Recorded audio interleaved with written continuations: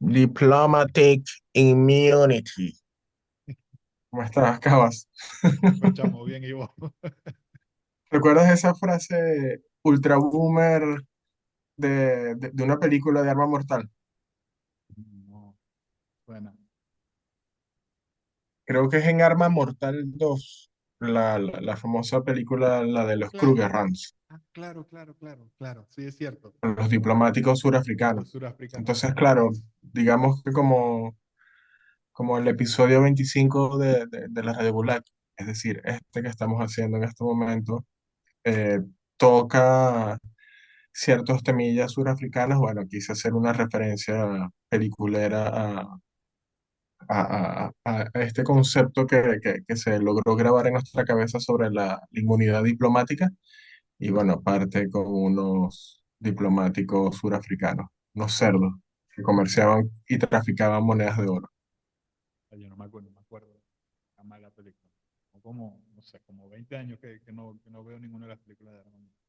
Pero sí, sí, sí me acuerdo Nosotros que de somos post-boomers, evidentemente las veíamos con nuestros papás un domingo de Domingo, cine Cine millonario en Millonario. Venevisión. Claro que sí, Domingo de Cine Millonario, tal cual, tal cual. Bueno, este es el episodio 25 de la Red Bulag. Haroldo Cabas, José Muñoz. Nada, el mundo caótico como siempre, pero bueno, es lo hermoso del planeta y de la entropía de la vida. Sin embargo, es importante entender a quién tenemos que agradecerles por esta civilización que tenemos y obviamente es a la Unión Soviética, ¿no? Claro, el Ejército Rojo, el Ejército Liberador, Libertador, ejército Sí, sí. que terminó dándole la libertad no solamente a Europa, al mundo en general, supongo, ¿no? O sea, ese es el relato que nos están echando ahorita, o que están renovando ahorita cuando se cumplen 80 años del fin de la Segunda Guerra Mundial en Europa. Todavía faltan unos meses para el aniversario del fin de la Segunda Guerra Mundial, ya ahora sí en el Pacífico, ¿no? Claro, pero digamos que eso también nos haría replantear el- la amplitud del concepto de guerra mundial, ¿no? Porque, a ver, o sea, vamos, quizás es importante poner en contexto de lo que estamos hablando. Básicamente, el eje conductor de esta conversación en este momento es el discurso que se dio en la inauguración de una plaza en la ciudad de Caracas con motivo de este 80º aniversario de la liberación de Europa, del eje nazifascista, que en todo momento se resalta como con ese doble término. Y, y claro, o sea, hay como toda una serie de ideas que la vicepresidenta de la República, Delcy Rodríguez, bueno, la República de Venezuela, plantea en su relato, en su discurso, que a mi parecer simplemente trataba de demostrar como mucha empatía, perdón, y tratar de congraciarse como con los dirigentes de Rusia que estaban a su lado, ¿no? Porque más allá de eso, todo lo que dice, o gran parte de lo que dice, sufre y adolece de muchísimos errores de historia. Sí, totalmente. O sea, Bueno, errores si lo analizamos con benevolencia, quizás no son errores, sino que ellos realmente tratan de impulsar este relato. sí, porque, o sea, precisamente cuando mencionas el eje nazi-fascista, también hay que decir que quizás al principio era un eje nazi-fascista comunista, o sea, porque había un pacto de no agresión, incluso de repartición de Europa por parte de Hitler y Stalin, ¿no? Y ahí, a ver, hablando de si de verdad hay errores en el discurso que se plantea, yo por lo menos cuando escucho no sé, a Vladimir Putin, por ejemplo, hablando y manipulando la historia, mm, yo entiendo que es una manipulación, ¿no? O sea, yo sé que el tipo no se mete en aguas profundas para no caer en contradicciones, ¿no? Pero es que esta tipa, las vainas que decía eran, o sea, ahí sí yo creo que es sencillamente un desconocimiento total de la historia o un manejo de la historia a través, no sé, de TikTok o algo así. Se vio, no sé, 45 segundos de videos en TikTok sobre el fin de la Segunda Guerra Mundial y de ahí sacó conclusiones y, ajá, y ella considera que sabe cosas que el resto de las personas no sabemos porque nos hemos comido el relato de Hollywood, ¿no? Por ejemplo, dijo que Estados Unidos entró a la guerra, el verdadero ejército liberador era el ejército soviético, el ejército rojo, porque Estados Unidos realmente entró en la guerra los últimos 10 meses de la guerra. O sea que básicamente Estados Unidos, según ella, entró, no sé, ¿qué? En agosto del 44 entró a la guerra. O Y básicamente obvió todo lo que fue la guerra del Pacífico, o sea, eso no existió. totalmente. La Segunda Guerra Mundial básicamente comienza la participación de Estados Unidos con el desembarco en Normandía. Exactamente, exactamente. Entonces, y es demasiado loco la vaina cuando eso, la tipa sencillamente omite, ok, yo entiendo, o sea, y sería demasiado tonto, o sería caer en el mismo juego de esa manipulación, o caer en la misma vergonzosa ignorancia en la que caen ellos si tú dices, no, el ejército rojo no hizo nada. O sea, obviamente, la guerra no se hubiese podido ganar, los aliados no hubiesen podido ganar la guerra sin la participación del ejército rojo, obviamente, sin el frente oriental. Pero también es cierto que el ejército rojo no hubiese podido llegar a Berlín sin la participación de Gran Bretaña y de la resistencia en Francia, de la participación de Estados Unidos. Y además, hay que tener en cuenta que el ejército rojo no era un ejército de liberación.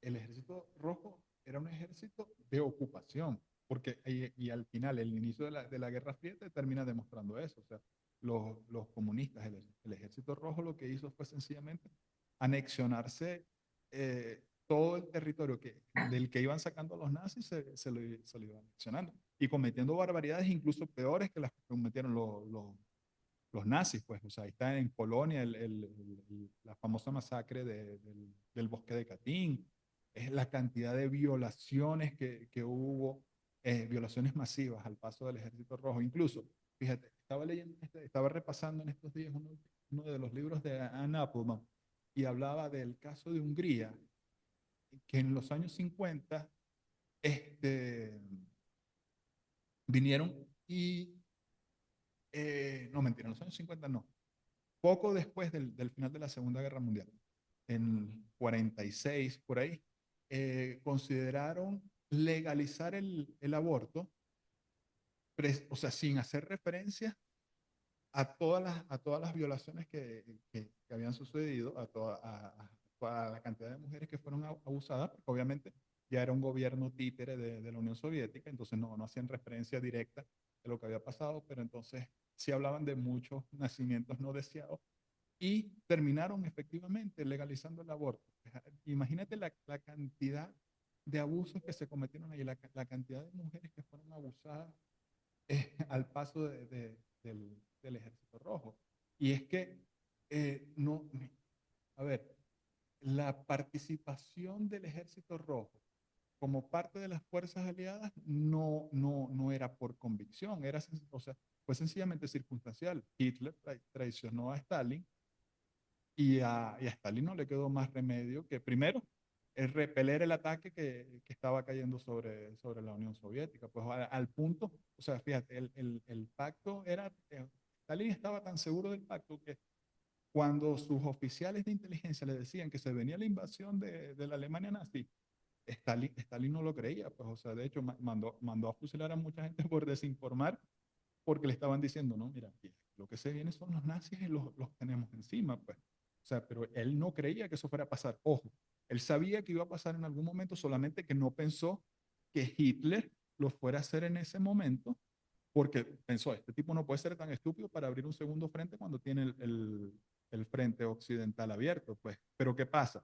que precisamente como Stalin acababa de librar una guerra, la famosa guerra de invierno contra Finlandia, y le había ido mal, aunque Finlandia al final tuvo que ceder como el 10% de su territorio, pero le había ido tan, pero tan mal y había sufrido tanto en esa guerra de invierno la Unión Soviética que Hitler, perdón, se envalentonó y dijo, no, tipo, si mira, están sufriendo con los finlandeses, estos tipos los invadimos nosotros y en cuestión de meses salimos de ellos. O sea, pero fíjate todo lo que pasó, o sea el estatus de agresor que tuvo en todo momento el Ejército Rojo y la Unión Soviética antes de que por conveniencia tuviese que unirse a los aliados. Entonces ahora nos quieren decir, bueno, ahora no, siempre, nos han querido vender el relato de que el Ejército Rojo es el gran liberador del mundo, tal cual lo conocemos. Sí, o sea, yo sobre este tema histórico siempre he tenido como, eh, o sea, no me gustaría caer como en un tema de soberbia intelectual, ¿no?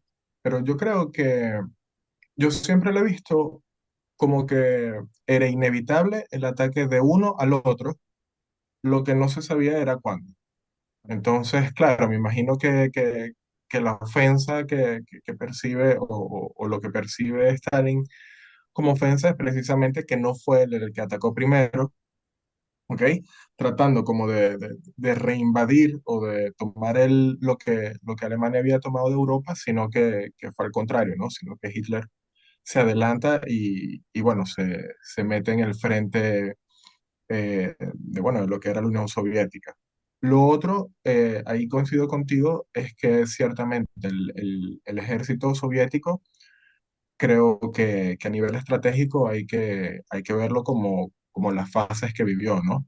Y lo primero es que fue, en principio, históricamente, creo que se obvia el hecho de que fue un importantísimo aliado de la Alemania nazi. Sí, Entonces, claro, se obvia, como bien hablábamos antes, lo del pacto Molotov-Ribbentrop, ¿no?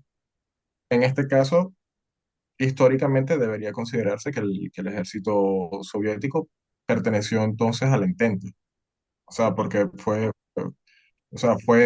un actor determinante para, por ejemplo, lo que sucedió en Polonia. De hecho, fue miembro o fue parte vital en la repartición de Polonia.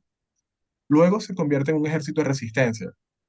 Entonces, claro, ahora yo tengo que mantener mis fronteras, o sea, no puedo perder lo que es mi territorio, como hablábamos anteriormente, antes de comenzar a grabar, y creo que, claro, se pierde como la perspectiva de la importancia de los actores en la Segunda Guerra Mundial, sobre todo el de Japón, porque, claro, la cercanía de Japón, digamos, a la frontera oriental soviética, ¿sabes? Le permitiría a Alemania una, digamos, una entrada estratégica a ese territorio.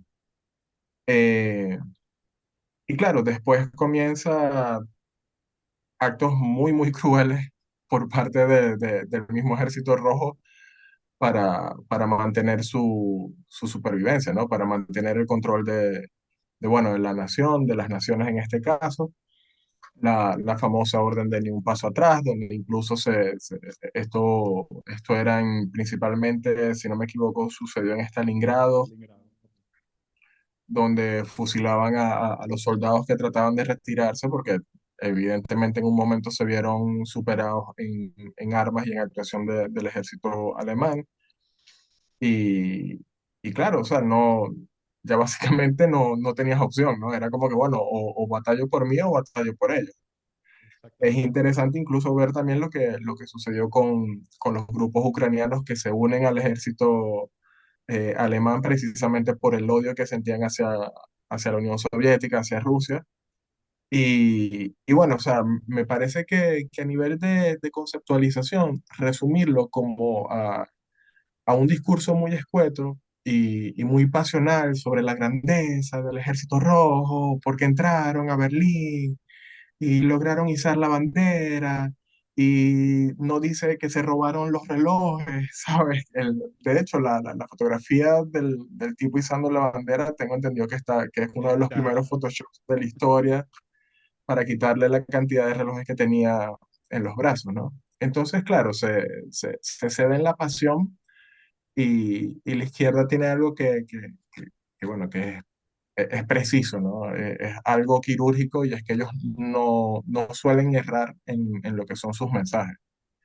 Entonces me parece que ahí es donde está lo peligroso, en tratar de mantener como esta idea, porque hay otra cosa que se criticó en el discurso de inauguración de esta plaza, y era lo de la matriz hollywoodense de la Segunda Guerra Mundial. Y creo que ahí también hay como una manifiesta ignorancia, porque bueno, evidentemente nosotros como consumidores de cine occidental son las películas que solemos ver, pero eso no quiere decir que no se hace un abordaje también desde el punto de vista de Rusia y de hecho de sujetos que históricamente han pasado al pabellón de los héroes soviéticos, ¿no? O sea, a ver, está Vasily Chukov, no recuerdo el otro mariscal que también tuvo fuertísimos enfrentamientos cuando muere Stalin.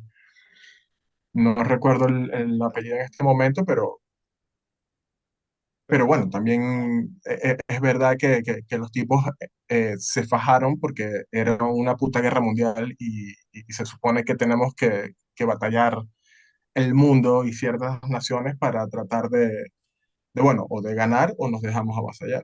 no, mira, yo quería hacer referencia a eso, a lo que se dijo con respecto a Hollywood, porque o sea, eso me parece ser demasiado cara de tabla, o sea, demasiado cara dura, porque yo creo que si algo ha hecho Hollywood con respecto a los horrores que se cometieron durante la Segunda Guerra Mundial es sencillamente ignorar los que cometió la Unión Soviética. O sea, hay cualquier cantidad de películas, y no solamente Hollywood, la industria del entretenimiento en general. O sea, porque hay cualquier cantidad de películas, de libros, de series, o sea, sobre Auschwitz, no sé, la bailarina de Auschwitz, el tatuador de Auschwitz, no sé, la lista de Schindler, cualquier cantidad de películas, el niño de la pijama de rayas, no sé, cualquier cantidad de películas que, ok, eso está bien porque no, o sea, yo no estoy haciendo apología de lo que se hizo de un lado, pero, o sea, la película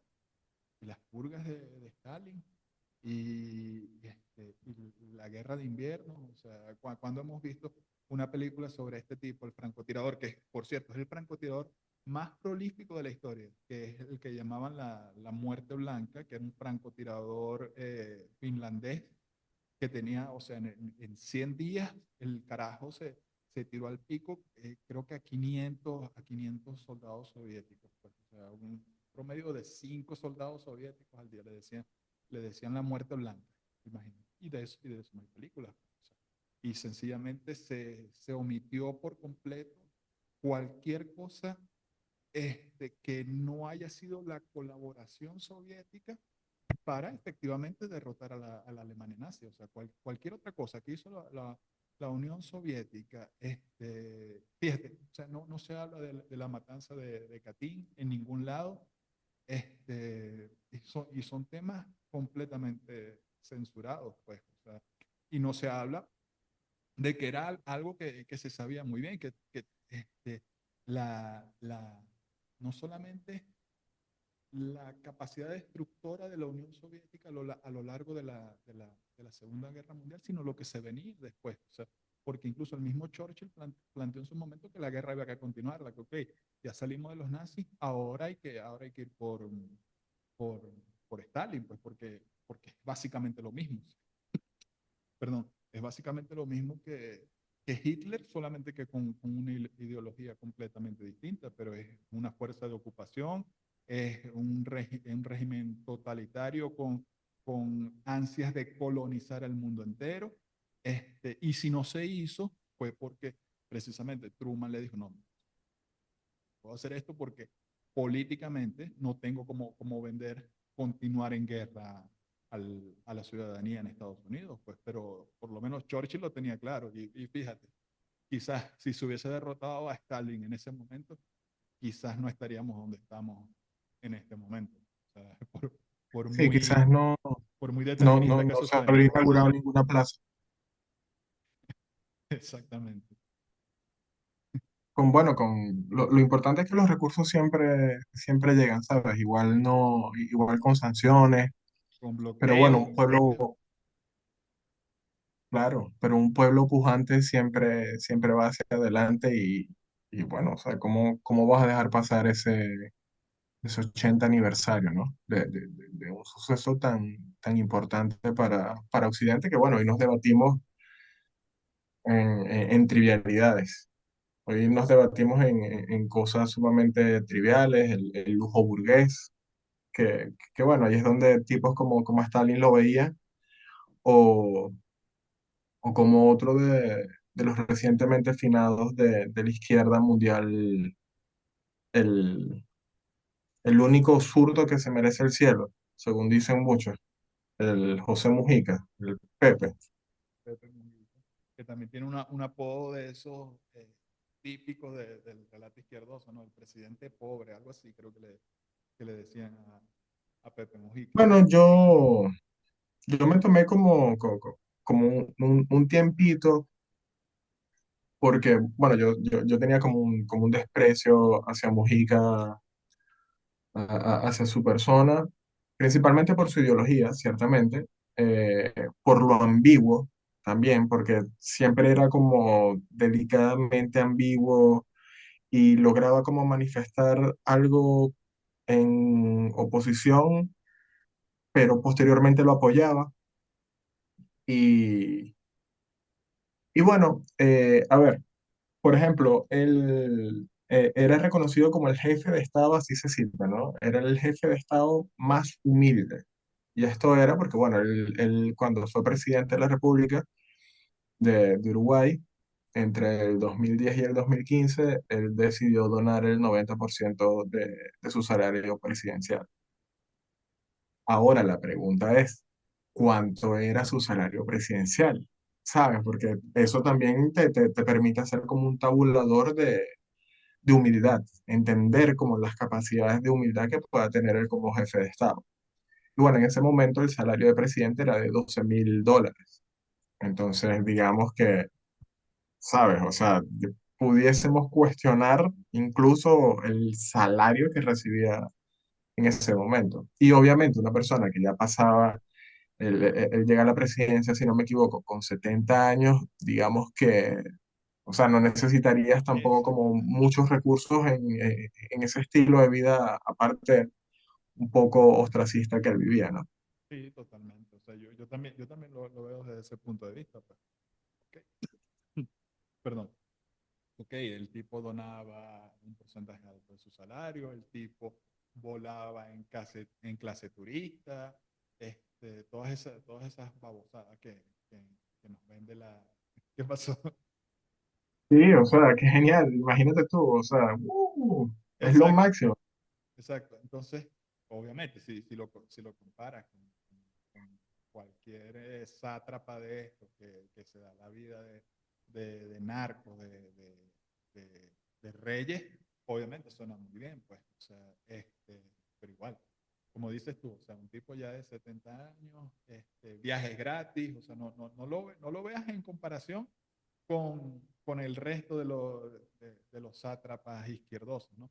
Simplemente velo así, o sea el tipo no es que estaba haciendo un sacrificio, pues, o sea, sencillamente estaba vendiendo un relato, pues, porque igualito el tipo viajaba, quisiera hacer yo los viajes que hizo Pepe Mujica en los 5 años que estuvo en la presidencia. Bueno, Quisiera, pero también tienes las necesidades primarias, las tienes cubiertas. O sea, exactamente, digamos, las necesidades primarias del ser humano se suelen categorizar en alimentos, refugio, este, y vestimenta.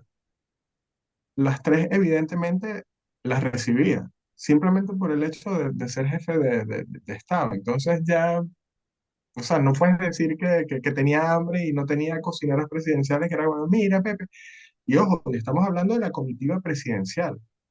que incluso podía utilizarla o no utilizarla, pero no es cuestión baladí obviar la cantidad de gente que admiraba e idolatraba a Pepe Mujica, que, ¿sabes? O sea, el orgullo que representaba para ti hacer unas empanaditas al Pepe Mujica, o sea, por Dios, eso era honroso. Claro, Zurdo que se respete, zurdo que tenía que prepararle empanaditas al Pepe, claro, es que mientras le cortaban las uñas esas asquerosas con sus cholas petroleras.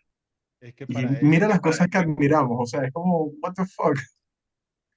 es que para ellos era eso, el Pepe era la excepción que les confirmaba la regla, pues, o sea, era el tipo que ellos podían vender como el ejemplo del hombre nuevo, sencillamente porque no se había dejado corromper con los vicios del poder como se había dejado corromper el resto, pues, o sea, Bueno, y pero ahí igualito, se olvidó también muchas de sus actuaciones guerrilleriles, exacto. o se vendió el relato de lo noble que era por pertenecer a los Tupamaros, por ejemplo.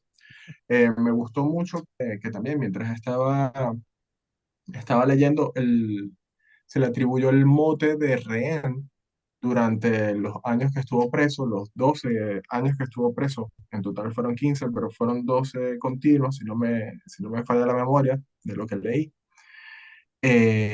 Y claro, era sumamente injusto porque fue una serie de guerrilleros del movimiento Tupamaro que el gobierno mantuvo presos como garantía de que esta guerrilla no se iba a reactivar, ¿no? Entonces, claro, la garantía era de, bueno, o sea, mira, si tú vuelves a las armas, nosotros como tenemos a estos líderes de tu movimiento o miembros de Tupamaro, los vamos a pasar por armas, o los vamos a liquidar.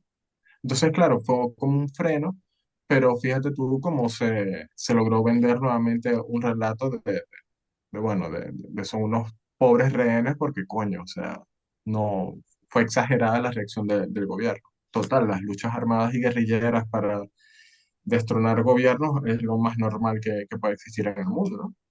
De hecho, es básicamente como la única forma de la que los gobiernos deberían cambiar. No, no, es que fíjate cómo se venden, o sea, eh, la importancia de las palabras, ¿no? El rehén, siempre se parte desde el victimismo, ¿no? Siempre se parte desde la posición del oprimido y a partir de ahí vendemos cualquier cosa, pues. O sea, eso yo no lo había escuchado. La Sí, del sí, sí, rehén. sí. Bueno, fíjate también bueno, otra de las cosas que pude ver es un relato que hace Mujica de cuando lo balearon en 1970, que de hecho tengo entendido que perdió el vaso con los disparos que recibió. Estaba Entonces, tomando claro, básicamente. ¿cómo? Olvídalo, mal chiste, mal chiste. Sí. Entonces, claro, cito palabras del Pepe. Esto de hecho es en una entrevista que tiene con un periodista de este flamante medio totalmente imparcial y poco apasionado que es la BBC. La BBC se volvió un toilet. Y bueno, dice así, ¿no? Nos estamos preparando para una operación que al final se hizo legendaria. Había un grupo económico en Uruguay que guardaba riqueza clandestinamente para eludir impuestos. Me encanta aquí cómo el carajo logra como armar, ¿sabes? Esta visión institucional de Estado. No seas un maldito evasor y respeta las instituciones que existen y nosotros nos volvemos como unos vengadores, una especie de Robin Hood bueno, para que no sigas teniendo esta riqueza clandestina. Tenían reservas en moneda de oro, en libras esterlinas y teníamos la información y estábamos preparados para esta operación, para robarlo todo. Pero ya va, Estábamos en un café pregunto, con compañeros. ¿Cómo? pregunto, ¿esto es de cuando él era guerrillero? Sí, esto es un relato de él de 1970. Ok, ok. Y bueno, termina diciendo que estábamos en un café con compañeros legales que no eran clandestinos. Llega una patrulla y ahí nos caímos a tiros, bla, bla, bla. Traté de resistir, resistí algunos balazos, a causa de los cuales, ve, casualmente perdí el vaso. Me hirieron en el páncreas y fui a dar a un hospital militar que estaba muy cerca. Y bueno, nada, este es como el devenir. También tiene unas cifras, no, perdón, unas cifras de comentarios absurdos. Eso sí tenía. Y aquí cito otro, que es que él decía que arrasamos las selvas verdaderas e implantamos selvas anónimas de cemento. Enfrentamos al sedentarismo con caminadores, al insomnio con pastillas, a la soledad con electrónica. ¿Es que somos felices alejados de lo eterno humano? Cabe hacerse esta pregunta. También tiene una muy famosa que a mí me encanta, la de los protestantes no deberían pararse frente a las tanquetas. Esa Esa es es clásica. épica. Clásica y nos toca de frente porque la inspiró un compatriota venezolano. Esa me encantó, la verdad. No hay que ponerse delante de las tanquetas. Esta flamante cita la emitió en el 2019, Sí, Super Pepe. sí, no me acuerdo cuál es el nombre del muchacho venezolano que le pasaron una tanqueta por encima. Pero bueno, ya está en el monte del Olimpo de estos zurdos mercenarios de la libertad. Sí, Franklin mundo Virgües, del... de hecho, hubo un tuit muy famoso, no sé por qué me recordé en este momento, porque también la opinión de Franklin Virgües vendría a ser como irrelevante, pero me llamó la Dicta, atención, dicta. me llamó la atención que, que soltaron unas palabras tan lindas y tan afectivas hacia Pepe Mujica, mucho más que él se autopercibe como un tipo que odia a la izquierda Ahí global, está. pero parece que no. Ahí está, es que te venden el relato, papi, o sea, te hacen ver, o sea, que no es que, o sea, cuando el comunismo viola derechos humanos, cuando el comunismo arruina países, es porque no es verdadero comunista, porque los verdaderos comunistas son así como Pepe Mujica, pues, o sea, y entonces viene, a mí varias veces me llegaron audios de Pepe Mujica con una música así de lounge de fondo, o sea, porque el tipo, con las citas ese que acabas de leer, el tipo era un filósofo, el tipo era el Marco Aurelio de la izquierda. Entonces, este, entonces sale la gente que incluso ha sido víctima de estos tipos y sale a defenderlos, pues, o sea, porque cuántas veces no le levantó la mano el Pepe a Chávez o incluso a Maduro, pues, o sea, cuántas veces no elogió el régimen de los Castro en Cuba, pues, entonces no, Sí, el tipo era bueno porque viajaba por el mundo, pero lo hacía en, en, en clase turista. Pues, sí, bueno, y también que yo sigo enfático en esta idea, ¿no? Al final pasas tanto tiempo como personaje dentro del tiempo vital social, que claro, la misma sociedad comienza como a asimilarte, ¿sabes?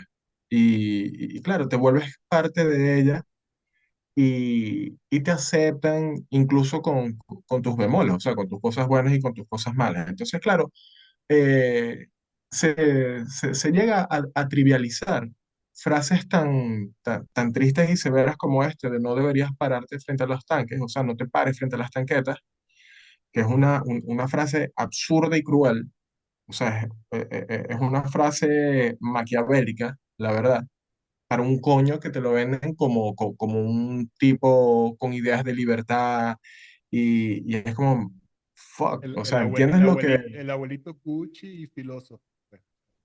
El Claro, abuelito, el entonces, abuelito que representa el amor que no hemos visto en el comunismo. claro. Entonces yo incluso recuerdo haber tenido discusiones sobre esta frase en su momento, o sea, cuando el tipo lo dio en esta entrevista que le hicieron, no me equivoco, era un reportero como en la calle y tal. Y, y claro, la gente con la que yo hablaba de esto lo defendía y era como, no, pero es que es verdad. O sea, es verdad, porque es que si hay una protesta, o sea, tú no te vas a parar. enfrente de una tanqueta porque es absurdo. Y volvemos a lo mismo, ¿no? O sea, es la simetría de indulgencia.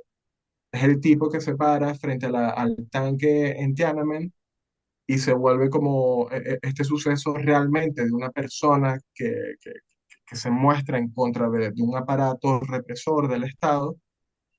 Y cuando pasa lo mismo en mis aliados, es como, no, pero es que no pasa. De hecho, desconozco la opinión que el sátrapa Pepe Mujica haya tenido sobre el hombre de Tiananmen Square, porque quizás también lo consideraba como un alienado, ¿sabes? No, este tío es un alienado, él no tiene tampoco que pararse frente a las tanquetas, porque, o sea, el Partido Comunista Chino es la mejor cosa que le ha pasado a la vida. ¿no? Y es como de, no, o sea, no. Entonces te quieren vender que no, que detrás de la frase, o sea, él lo hace a manera de juego, pero en realidad lo que está hablando es la experiencia, ¿qué tal? Hay una serie de cosas que nosotros no estamos viendo en la frase. La frase es clara, o sea, te está mostrando un tipo con cero empatía, un tipo que prefiere condenar a las víctimas de un régimen antes que condenar al régimen que le pasa tanquetas por encima a, a sus ciudadanos. O sea, eso es lo que hay detrás de la frase del tipo. Pues, o sea, un psicópata Bueno, más. clásico guerrillero, Exactamente. clásico guerrillero, apartados completamente de la empatía de la humanidad y bueno, si algo son constantemente, no solamente recurrentes, es en ser absolutamente contradictorios entre lo que dicen y cómo se comportan. Siempre, siempre, toda la vida.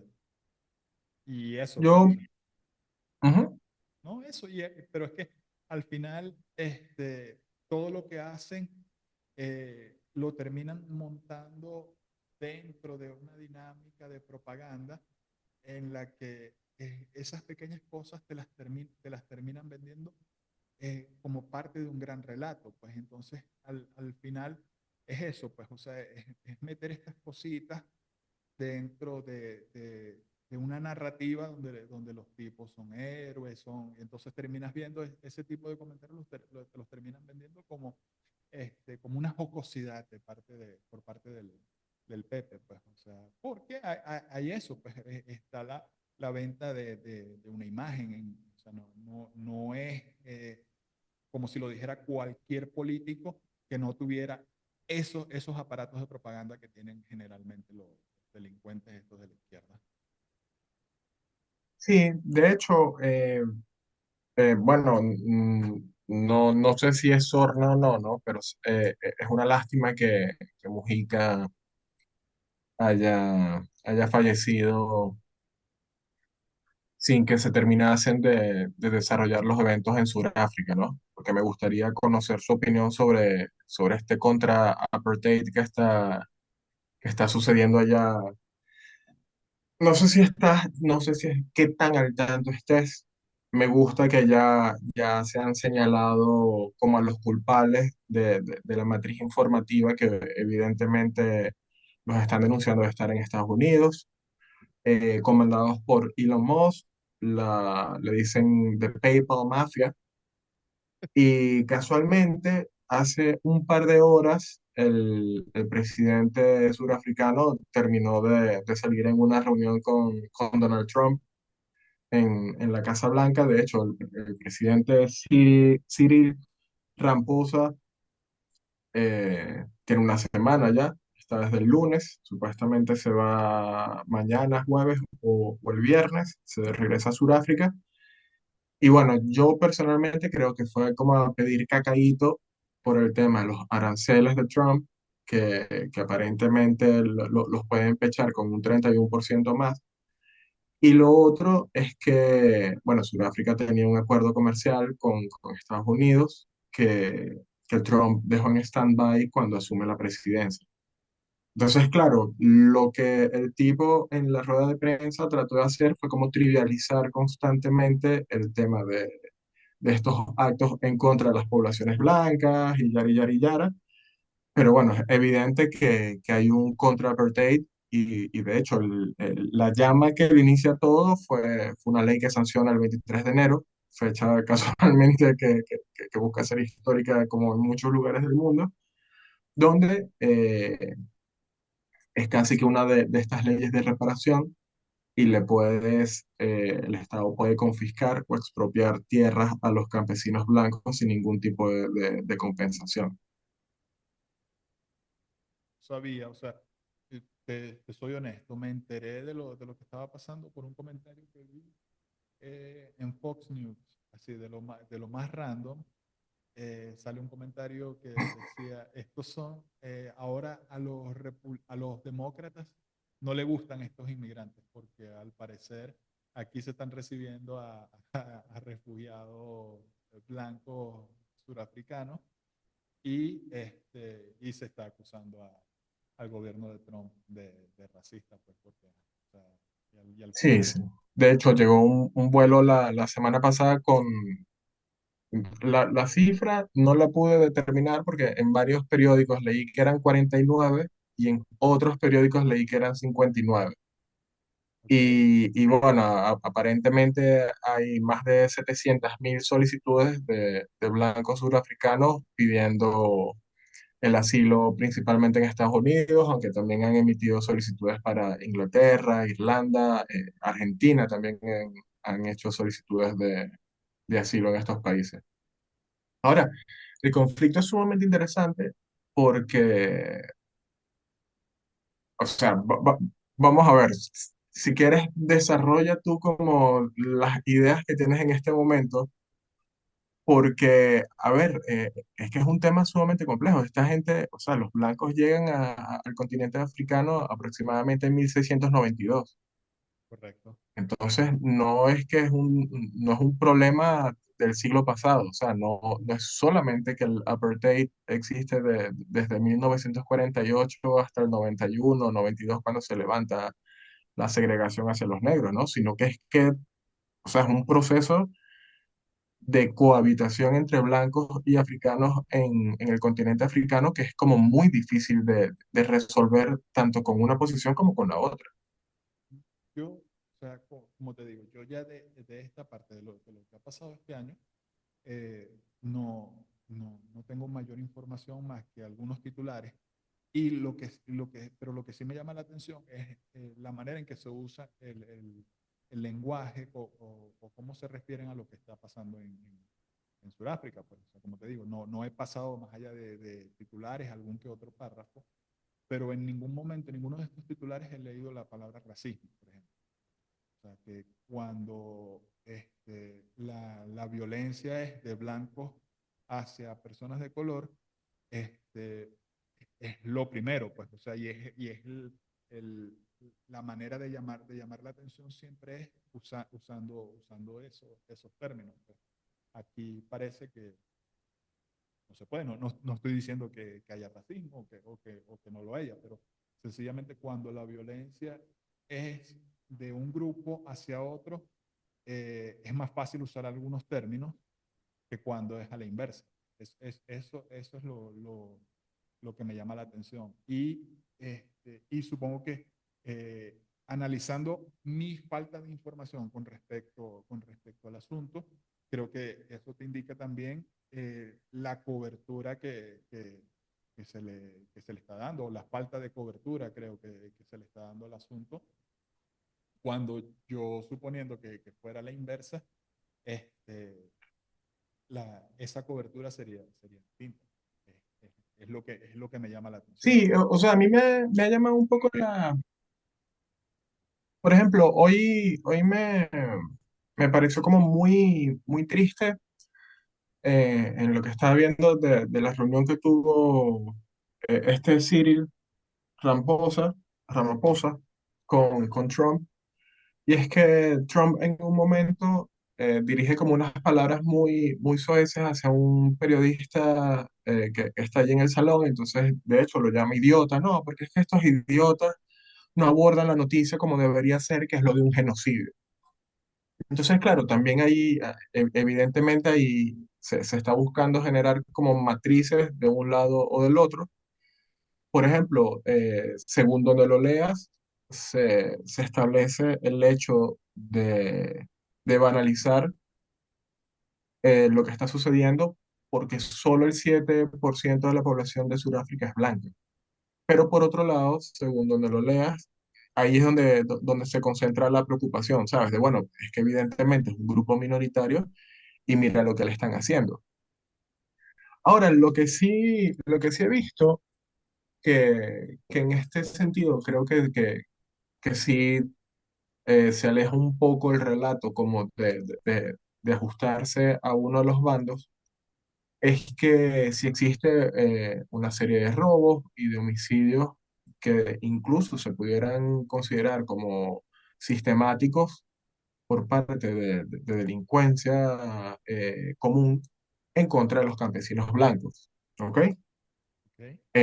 Ahora bien, esto también trata como de justificarse eh, con, bueno, con la versión de que ellos son dueños del 70% de las tierras, ¿ok? Las tierras cultivables que hay en el país, que estas tierras fueron adjudicadas durante el periodo del apartheid de forma sin ningún tipo de auditoría, sino que simplemente a través de favores de apellidos, raciales, bla, bla, bla.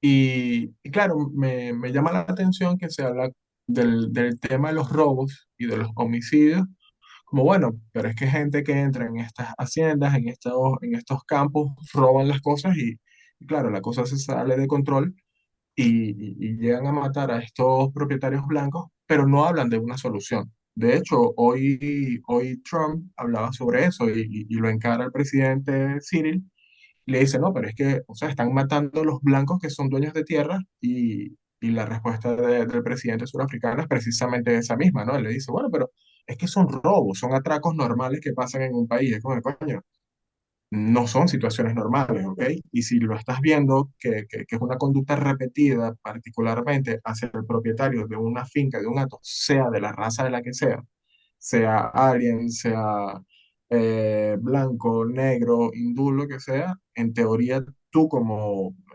garante de la seguridad de todos los ciudadanos deberías hacer o dirigir políticas más bien hacia eso, ¿no? Si vas a tratar de generar algún tipo de balance en la distribución de tierras, y fíjate lo que voy a decir, o sea, porque aquí incluso me disfrazo de zurdo, es como, coño, no lo hagas a través de un concepto tan agresivo como el de expropiese y sin ningún tipo de retribución, porque evidentemente eso no es una expropiación, eso es una confiscación. Y es el problema de estos gobiernos sin control que existen en la actualidad en gran parte del planeta, por no decir que en todas partes del planeta, ¿no? O sea, realmente todos son como unos neodictadores y realmente lo que reconozco que me abre como mucho la perspectiva a ver cómo se siguen desarrollando los eventos en Sudáfrica, es ver cómo la implicación del sentimiento, ¿sabes?, histórico, va a afectar la situación a futuro, a presente y a futuro, evidentemente. Es que, fíjate, mientras hablabas, estaba también revisando y eso me llama mucho la atención porque como tú dices, o sea, lo llaman contra apartheid.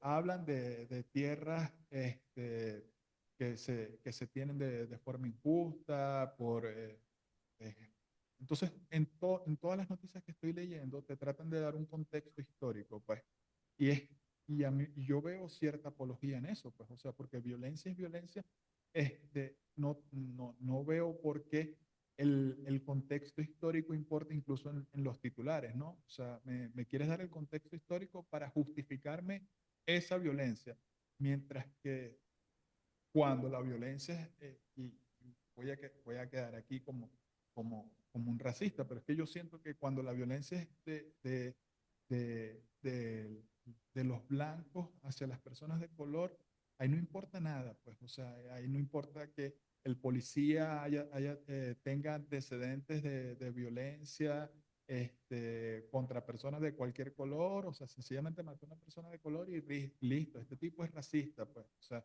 ahí no importa el contexto, pero aquí sí tenemos que entender que esto es el contra apartheid porque antes hubo un apartheid, pues. Entonces, este, a mí en lo personal, eso es lo que más me llama la atención, fuera obviamente de la violencia que, o sea, este, que obviamente es lamentable desde toda perspectiva, pero eso, pues, o sea, que se busque una manera de blanquear, nunca mejor dicho, la violencia de un grupo hacia el otro, pues. O sea, de entender que las circunstancias históricas pueden justificar esta violencia. Es como, volviendo un momentico a lo del Ejército Rojo, cuando los soldados soviéticos violaban a las mujeres, en algún momento esto se le planteó a Stalin, y Stalin lo que dijo, pero es que ellos han sufrido mucho, o sea, ¿qué tiene de malo que se diviertan un poquito? O sea, eh, Sí, es que también trae como, trae a colación, creo que nuevamente, ¿no? Ciertos aspectos que tienen que evaluarse como en profundidad, ¿no? Porque uno de los aspectos también relevantes de las poblaciones blancas que se mantienen en Sudáfrica es su edad, ¿no?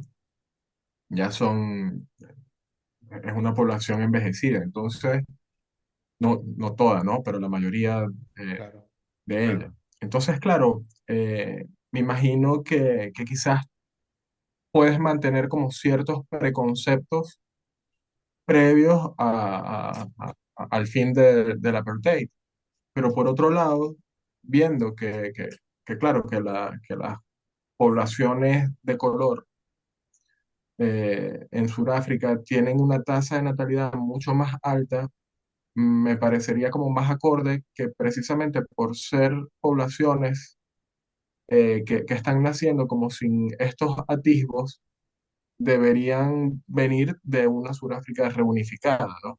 Y el nivel de rencor, por decirlo así, o de desprecio entre uno hacia el otro debería ser menor, porque bueno, yo vengo de una sociedad post-apartheid, ya Nelson Mandela, mira todo lo que logró, o sea, nos unimos, somos hermanos y claro, parece que todo era una entelequía, o sea, realmente eso no existió, sino que estaban esperando el momento preciso y claro, tienes un presidente que nuevamente, ¿no? Es un coño bastante polémico, muchos lo denuncian como que, bueno, es un supuesto empresario ¿sabes? Que utiliza el tema del poder para vincularse. De hecho, es el dueño de McDonald's Sudáfrica, eh, Cyril. Lo otro es que estuvo vinculado en una matanza hace un par de años, en el 2012, donde, bueno, mataron aparentemente entre 30 y 40 mineros.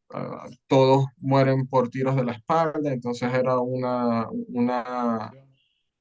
este, una cuenca, donde se hace la exploración de estos minerales que le pertenecía a él, ¿no? Y claro, o sea, a mí me parece que es como una forma de distraer la atención hacia otra cosa, ¿sabes? Bueno, el efecto Galtieri, vamos a buscar un chivo expiatorio histórico bueno, ancestral, y es el colonialismo y son los blancos y vamos contra ellos y así entonces yo logro ganar adeptos para mi causa y aparte logro que, bueno, aquellas causas judiciales que están en mi contra pierdan su curso o se diluyan en tribunales o en el tiempo, ¿no? Sí, exacto, es buscar enemigos donde no los hay, entonces los buscas, generalmente los buscan, ¿no?, fuera del país, o los buscan en la historia, en el pasado, pues. Entonces, es sencillamente la manera de distraer la atención es una manera de distraer la atención quizás de librito de tirano, ¿no? Busco el, Sí, enemi- el enemigo, sé que hay un resentimiento histórico por lo que fue la apartheid, y yo sé que no me va a fallar la estrategia, porque obviamente estos fueron los que nos jodieron cualquier cantidad de años. Entonces vamos a revivir esa enemistad, pues, y vamos a hacer que la gente que consume cine de Hollywood se sienta engañada cuando vieron la película esta de- con Matt Damon y Morgan Freeman, pues que pensamos que Sudáfrica era una historia ya de amor y paz y resulta que no. Sí, bueno, fíjate que a mí una de las cosas que me pasó, ¿no? Es que yo a uno de mis asistentes de inteligencia artificial estaba como conversando con este y le pedí que me diera como su opinión sobre el apartheid, ¿no? Ok, Y claro, su opinión es sumamente sesgada y de no, porque es que aquí se cometieron muchísimos crímenes y tal, y no digo que no, ¿no? O sea, la historia objetivamente lo registró así. Pero cuando le pido que me hable sobre este contra apartheid o sobre la segregación de los blancos en Sudáfrica, empezó y todo fue como lo dices, ¿no? Fue como un matiz de, bueno, pero es que, ¿sabes? Se lo merecen. Y es como, y tuve una discusión incluso con él y fue como de, no, pero mira, o sea, no me gusta la forma en la que te estás refiriendo, porque incluso cuando me ha pasado, de hecho, dije que ya que no lo iba a utilizar, que lo iba a banear, porque en otras oportunidades le he preguntado también como que me realice comparativas precisamente entre el nazismo y el comunismo, ¿no? ok, Y claro, o sea, no, mira, analízame un evento histórico hecho por la Alemania nazi y uno por los soviéticos. Y siempre hacia los alemanes es mucho más cruel, incluso en sucesos donde los soviéticos fueron peores, ¿sabes? O sea, a nivel cuantitativo. Entonces, por ejemplo, me ha pasado que a Lysenko lo ponen como un científico que tuvo simplemente unos meros errorcitos, ¿sabes? Es como, bueno, sí, o sea, y el error conllevó a que muriese X cantidad de personas, 10 millones de personas, 5 millones de personas, pero Mengele es el peor, es el ángel de la muerte y es el peor ser humano que ha existido en la faz de la Tierra. Entonces, de hecho, se lo hice saber, como que no, mira, me parece que tienes sesgos, no me gusta la forma en la que estás abordando estos temas. Y claro, se empatizó conmigo y ahí entendí que me estaba manipulando. Entonces, como no, mejor simplemente dejo de utilizar esto porque ya quiere empatizar conmigo y no quiero tampoco eso, ¿no? te quiere hacer escuchar lo que quieres escuchar, pero metiéndote.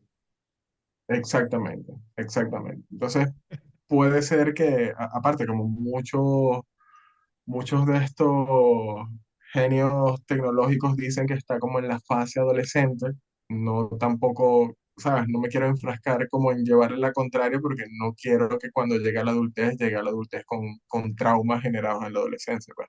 Sí, o sea, yo había escuchado, pero ya no sé, o sea, porque eso lo escuché el año pasado, que el chat GPT 4.5 algo así tenía la empatía de un niño de 10 años, algo así, creo que no me acuerdo, o sea, pero sí escuché esas comparaciones entre los asistentes de inteligencia artificial y la empatía que podían tener comparándola con niños, adolescentes y esas cosas. Creo que lo más alto que llegué a escuchar fue ni siquiera de algo que estuviera ahorita en el mercado, sino a futuro, era la empatía de un niño de 10 años, porque los que habían en ese momento, ya no sé, o sea, de verdad no le he hecho seguimiento, los que habían en ese momento tenían la empatía de un niño de 4 años, o sea, ninguno.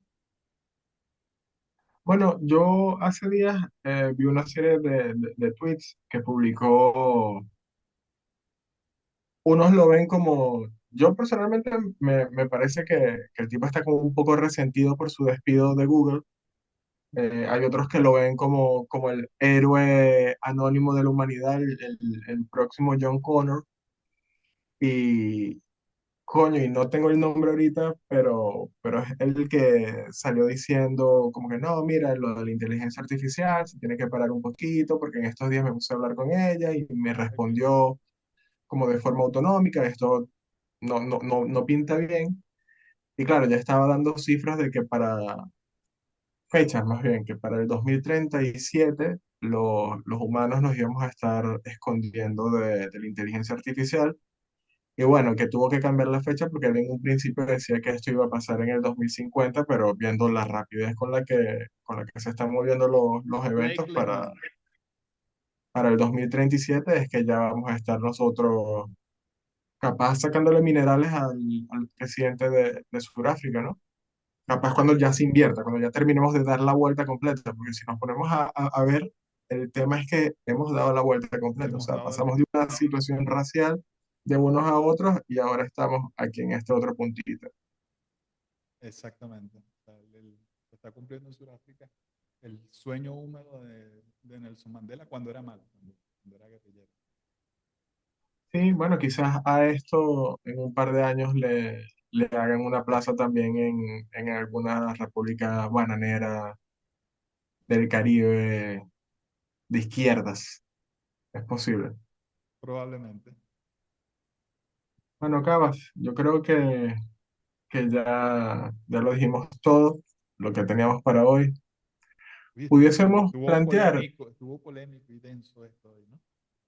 hoy estuvo intenso, estuvo como muy lúgubre, pero es que, Sí. claro, de Mujica te pone como de mal humor, o sea, es como, y los soviéticos también, entonces fue como, pero bueno, quizás para el próximo episodio, mientras estamos hablando, eh, el tema de las reparaciones sociales a mí me llama mucho la atención, sobre todo con un personaje que se llama Luigi Mangione. No. Entonces, me encantaría abordar el tema de Luigi Mangione y bueno, lo del sol chino también. Me parece que capaz pudiese quedar abierto este temario para el Lo próximo del sol chino no episodio. sé qué es, pero lo voy a averiguar de aquí al próximo episodio. Bueno, cuando veas lo del sol chino te va a dar miedo. Puede que te genere un poco de miedo que China tenga su propio sol. Entonces, ya por ahí tenemos quizá temario para el próximo episodio de la Red de Bula. Perfecto. Este fue el episodio 25. Hablamos sobre el sátrapa finado Pepe Mujica. Hablamos sobre la plaza, la honorable plaza inaugurada pese a bloqueos. ¿Ok? A pequeñas repúblicas independientes del Caribe que no se soporta. El imperialismo eso no lo soporta y por eso se tiene que hacer una plaza en honor a la liberación del ejército soviético en la Segunda Guerra Mundial, de lo que eran las fuerzas nazi-fascistas y nada del contra-apartheid, de que ya dimos la vuelta completa como humanidad y ahora son los negriños que están persiguiendo a los blanquiños en Sudáfrica. Hasta Listo. aquí, Cabas. Hasta aquí. Nos vemos. Bueno. Chao chicos, chao tío. Nos vemos. Chao.